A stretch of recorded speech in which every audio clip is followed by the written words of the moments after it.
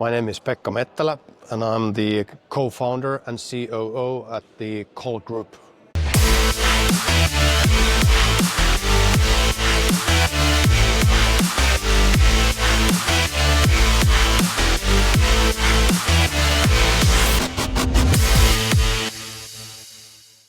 Okay.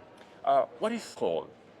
Koll is an application which actually adds caller identity and call reason to every call. Okay. For how long have you been working on this project? 1.5 years. How or why did you come up with this solution? The solution actually came from my background of being the person who people want to sell something to. So I was a CEO of a fairly large company with 1,300 employees and 130 million in revenue. So a lot of companies wanted to sell us their services. So alone in the first year in my role, I received and I actually even picked up the phone for 1,300 cold sales calls. Whoa, So, and to be fair, it was quite a horrible experience. So based on this experience, we started thinking that, does this make sense? So many people are calling to you. The timing is usually wrong. The services they provide, they don't match whatever you're looking for. And you are very busy. You have other matters you would like to focus to. And the idea was to try to give the people the power, so to speak, Exactly. to be able to understand who is the person who's calling and to determine if they want to answer or not. Yeah, and also why they are calling to me. And also, giving them the power to actually have the information to make the decision whether you answer the phone or not, or whether you answer to it later or whatnot. Because the problem with phone is that you have all your personal stuff there as well, mixed with the business. So you never know if somebody's calling like it's your doctor or is it your dentist or car service, or it might be like really important call and you're missing it because you're basically not answering to any of the calls with no identity in it. And how does this work? The application, the platform, it connects with several APIs to obtain information, or it works directly with the telecom companies? How does it work in order to give the person who is using the telephone the information on a screen about who's calling? Yeah. It's actually much more simpler than you would think. The companies are basically just subscribing to the service, and then we go through a verification process where we are verifying the company and its users. Then they receive the verified caller status, and they create a profile to our service. And then they can start calling, and you don't need any APIs or any technology.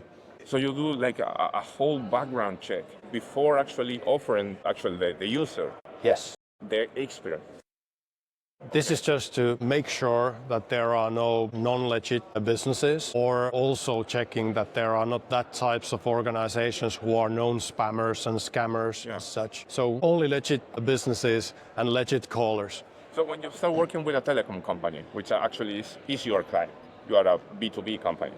Yep. How long does it take you in order to be ready for the telecom company to start like spreading the service for their clients? Well, it's actually very simple. It depends on how quickly we respond to the order they are placing. Because our system is basically setting up everything automatically. The only information we need from the customer is that who are the users who are going to be using the service and what is their marketing name, i.e. the name they want to be visible in the calls. Yeah. Once we punch those into our system, they can start using the service immediately. Of course, the users, they need to download and install our app. Oh, okay. That is something very important. What does the final client, I mean the user, has to use or have to install in their telephones in order to access Koll? This is the beauty of Koll, because you don't have to install anything necessarily. If you want to install our app, that's just fine. And then you get a beautiful experience. You get the really visual calls with all the information laid out beautifully there. But if you don't want to install it, that's just fine. Because then when the companies who have signed up to our service, when they call to you, you actually receive all that same information via SMS channel. Okay. So you still get the information. It's not as pretty as if you would use the application, but you still get the same information. Okay, and you have been running this for a year and a half. Yes, correct. And how many customers do you have right now, like business-wise or client-wise? Yeah, so we have two types of customers. We have consumers, and then we have enterprises who are using our solution. We have opened up our service for beta version in September last year, and we have accumulated 5,000 users during that period of time. Wow. So, and When you mean 5,000 users, I mean really 5,000 persons. 5,000 who have installed the application and are using it. Only a little bit over a month ago, we started selling our solution to the enterprises, and we already had in the first month 40 enterprises signing up to the service and start using it. So it's a good start. And all those companies are located here in Europe, in the Nordics, or in Finland? So our go-to-market is that we first focus on the launch in Finland. So Finland is our test bed. We have been testing multiple different marketing approaches, sales approaches, different sorts of ways how to use this application in different types of situations and different types of functions within organizations. So it's been a lot of discovery. And based on that information now, we will be ready in the autumn to start opening up new markets as well. And that's why we are here actually, because we are looking to raise in the autumn money to open international markets. How much money are you looking for in this round? 1.5 to 2 million euros. Okay, and this is a seed round or is a It's still a seed round.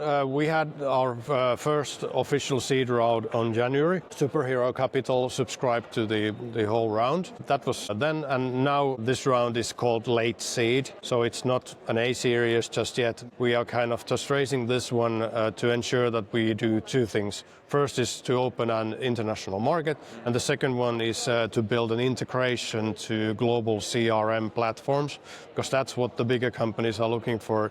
They want our calling application to be integrated into their system, like as if they are using the current solutions, just to replace. I'm going to be a little bit the devil's advocate. Please do. What's the benefit for a company that start making business with you? Why they should take your service? Yeah. That's a fantastic question. I get that a lot. So, obviously, the big challenge for businesses is nowadays that people are not answering to your calls if they are originating from unknown numbers. Yeah. So for our solution, why they want to use it is exactly that we are kind of fixing that problem from ground up. When in every call you have caller ID and you have call reason, it helps so much in terms of customer service, in terms of recruitment, reaching the candidates, in terms of sales, how you target new customers or how you make contact with existing ones. It's just a big burden for them and so much inefficiency because they are just making useless calls again and again. So that's also connected to the possibility that, for instance, for a telecom company, Yeah. if people get better information on a screen, maybe they will do or they will receive more calls. And the business, if you do more, you're gonna get paid for more. Something like Yeah, sure.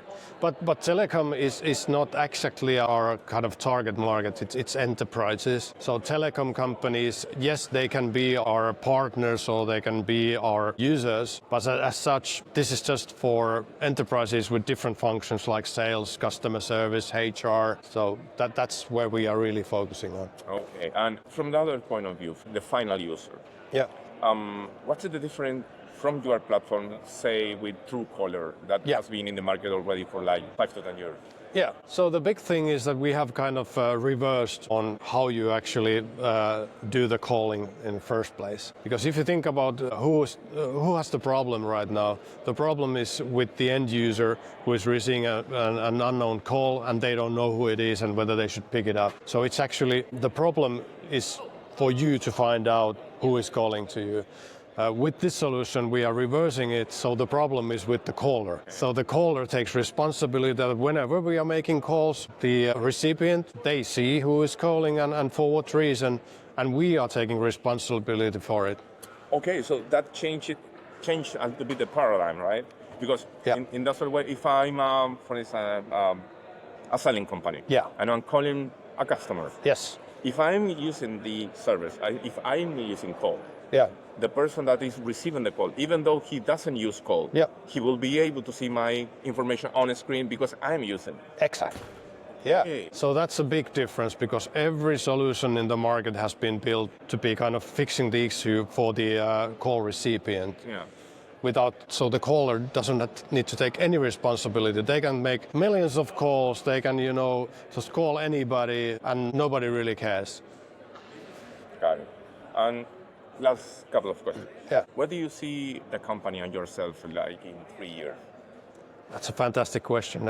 In 3 years, I'd say that we are already in several markets in Europe, and hopefully we have been opening as well some markets either in South America or Asia. So that's where we would see us. And our internal target is pretty insane. So we are targeting 1 billion users because we believe that this is something that why wouldn't everybody have this sort of a solution? Because it's common sense. So why would we target just one corner of Europe and one corner of that country, like the user base there? We want to take it big.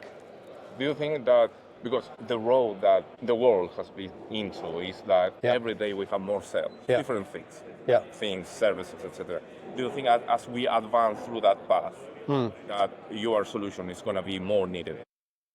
I think it's going to be needed more, but it's going to be evolving as well. It's going to be interesting to see, for example, how the human-to-machine interaction is going to be evolving in the B2B. Like if the seller and buyer, if one of them is going to be a machine, that's going to be very interesting. And I believe, if we have the network of business-to-business users and buyers, we are probably in a position to be enabling that, there could be machine-based buyers or sellers within our network as we're moving forward. You said something very interesting there, because almost all the new solutions are based on AI. Does your platform, does your solution has any AI technology on it? Yeah, well, there is, but very little right now. We are using AI for validating the profile pictures. So I don't know whether it's okay to say, but like, what awful picture is called, I don't want to say it. Or also because we have the call reason, which the caller is adding. So we are checking that you are not writing down anything offensive. Okay. So this is like very basic AI that we have implemented, but there will be more. But we are not really driven on AI. I'm just saying it because, this problem is not something that you can fix with AI. It's just reversing the kind of the paradigm and it's hard kind of telephone networks and how you make calls and receive calls in a different way. And then adding AI whenever it makes sense. Thank you so much. Thank you so much.